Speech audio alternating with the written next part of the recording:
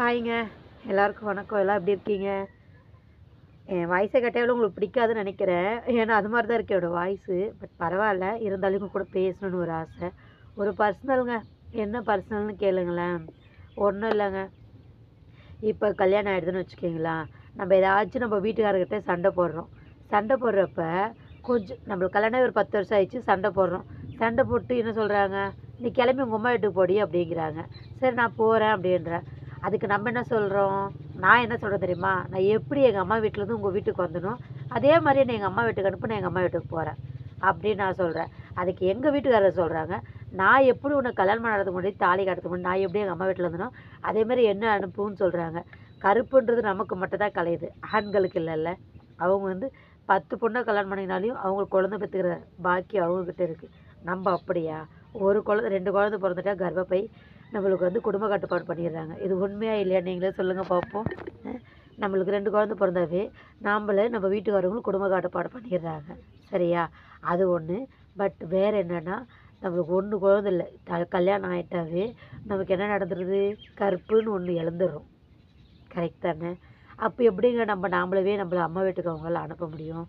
சின்னூண்டு சண்டை வந்தால் போதும், ஏய் கிளம்பி போடி உங்கள் அம்மா வீட்டுக்கு அப்படின்றாங்க. கிளம்பி போடின்னு சொல்கிறதுக்கு முன்னாடி நம்ம இவளை எதுக்காக அழைச்சிட்டு வந்திருக்கோம், நமக்காக இவ வந்திருக்கா அப்படின்னு யாராச்சும் யோசிக்கிறாங்களா? நீங்கள் சொல்லுங்கங்க. நம்ம யாருக்காகங்க போகிறோம் அந்த வீட்டுக்கு? அப்பா அம்மா கூட பிறந்தவங்க சொந்தம் பந்தம் நம்மளோட இனிஷியல் வரைக்கும் நம்ம மாற்றிக்கிட்டு தான் இந்த குடும்பத்துக்கே வரோம். யாரை நம்பி வரோம்? இந்த தாலி கட்டுறாங்க பார்த்தீங்களா, இவங்கள நம்பி தானே நம்ம வரோம். அவங்க நம்மளை நடத்துறதுல தானங்க இருக்குது. ஆனால் ஒன்றுங்க, எங்கள் வீட்டுக்காரர் நான் நிறைய டைம் நான் சந்தேகப்பட்டிருக்கேன். ஆனால் இது வரைக்குமே எங்கள் வீட்டுக்கார் ஒரு நாள் கூட என்னை சந்தேகப்பட்டதே இல்லைங்க. நான் பெருமைக்காக சொல்லலை, உண்மையாலுமே நான் யூடியூப் சேனல் வச்சுருக்கேன். இந்த மேக்கப் பண்ணுறேன், லிப்ஸ்டிக் போடுறேன், எதை கேட்க மாட்டாங்க. நம்ம போயிட்டு நம்மளை மாரி எங்கே போயிட்டு போகிறா அப்படின்ற தைரியம் தான் உங்களுக்கு. நானும் தாங்க அவரை நிறைய சந்தேகப்படுவேன். எனக்கு வந்து எங்கள் வீட்டுக்காரர் தவிர வேறு யாரும் பிடிக்காது அப்படின்ற மாதிரி தான் என்னோட மனசுல. இந்த ஆம்பளைக்கிட்ட இல்லாதது இன்னொரு ஆம்பளைக்கிட்ட என்ன இருக்குது அப்படின்ற மைண்டில் என்னோட தாட்டு. சரிங்களா?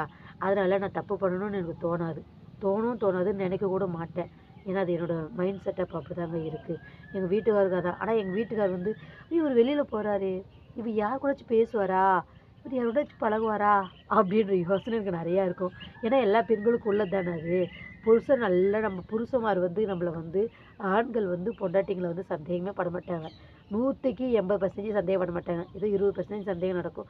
ஆனால் பெண்கள் வந்து முக்கால்வாசி சந்தேகப்படுவாங்கங்க வீட்டுக்காரங்கள. இது உண்மை தானேங்க.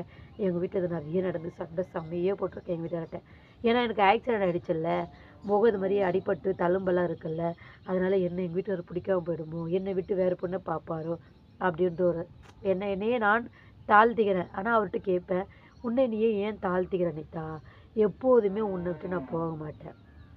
எனக்கு நீ தான், உனக்கு நான் தான் சொல்லிட்டு நான் இருக்கேன்.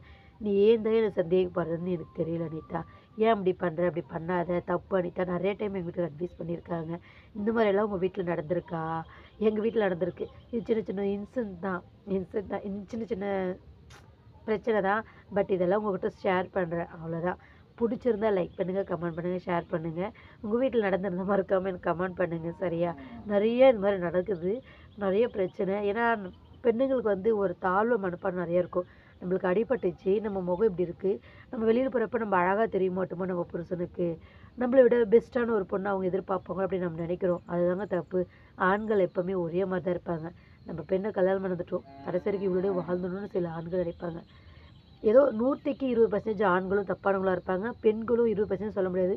முக்கால்வாசி பெண்களும் இப்போ தப்பானவங்களாக தான் இருக்காங்க. பட் இந்த பெண்களையும் நான் குறை சொல்லலை, ஆண்களையும் குறை சொல்லலை.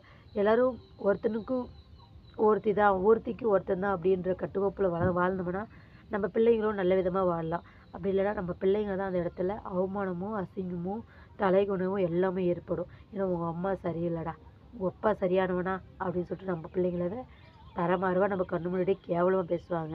சரிங்களா? Okay friends, thank you. இது உண்மையாக இருந்தால் கமெண்ட் பண்ணுங்கள். தேங்க்யூ.